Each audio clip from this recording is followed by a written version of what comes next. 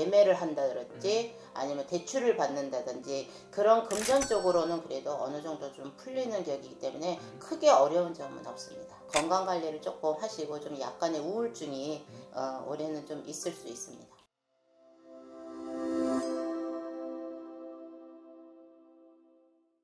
안녕하세요. 인천에 사는 네, 용천함입니다. 반갑습니다.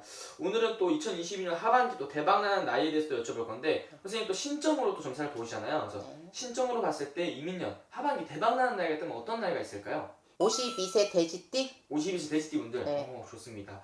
그럼 일단 52세 돼지띠 분들 하반기 운세 자세하게 알아보기 앞서서 이분들은 초년, 중년, 말년에 좀 어떤 성격이나 어떤 특징을 가지고 살아오신 분들이 좀 많은지.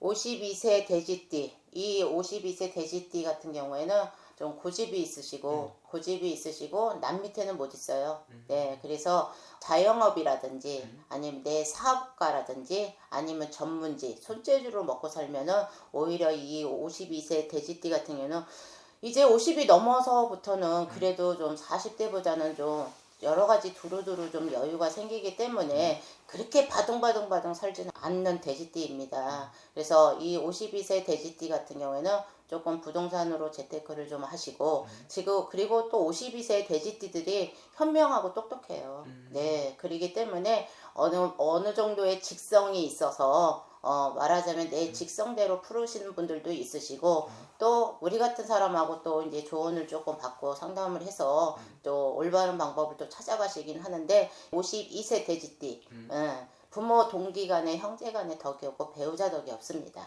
네. 그래서 1부 종사 2부 종사 못하라는 사주시고 오히려 52세 신해생의 돼지띠들은 차라리 그냥 말하자면 홀로 가시는 게 좀 좋아요. 아, 오히려. 네, 내 사주가 말하자면은 배우자감이 없다 싶으면은 차라리 내가 그러니까는 그래도 금전적으로는 그렇게 후들리진 않을 거예요 아마. 그리고 또 올해 해오년도 나쁘지 않습니다 돼지띠들이. 그래서 조금 찬바람 불기 시작할 때쯤이면은 부동산 쪽으로 문서를 잡든지 아니면은 매매를 한다든지 아니면 대출을 받는다든지 그런 금전적으로는 그래도 어느 정도 좀 풀리는 격이기 때문에 크게 어려운 점은 없습니다. 아, 올해 하반기에 들어서면서부터 그럼 좀 더 잘 풀리게 된 약간 그런 운세인 거예요? 네, 51세부터 이 돼지띠들은 이제는 좀 어느 정도 우여곡절이 조금 이제 고생길이 조금 이제 좀 풀렸다고 보시면 되고요.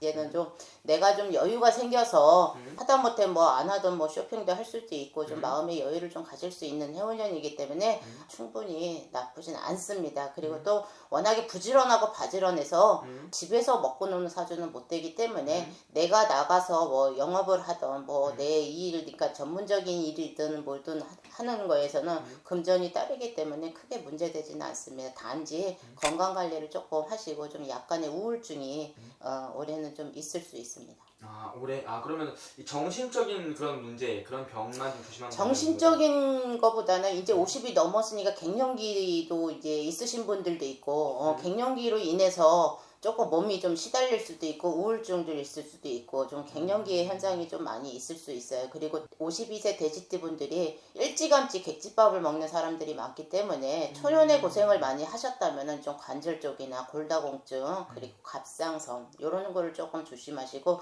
50이 넘었기 때문에 좀 건강 관리를 좀 잘 하셔야지만이 내가 그래도 앞으로 살아가기 좀 수월하지 않을까 싶습니다. 이분들은 초년이나 이런 때부터 좀 부모 덕이나 이런 없습니다. 주변에 덕이 좀 많이 없으신 네, 거예요. 어차피 내 힘으로 살아가야 되는 사주시고요.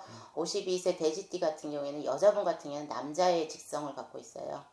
남자의 성미를 갖고 남자의 포부를 가졌기 때문에 부지런하고 바지런해서 정말 진짜 포부가 되게 커요. 오히려 남자분이 조금 여성의 이제 소심한 면을 갖고 있어서 어떻게 보면은 조금 철부지지부지가 될 수도 있긴 하는데 여자분 같은 경우에는 되게 강직해요. 그리고 또 살림을 조금 좀 알뜰살뜰하게 잘 하시는 분이기 때문에 나쁘진 않습니다.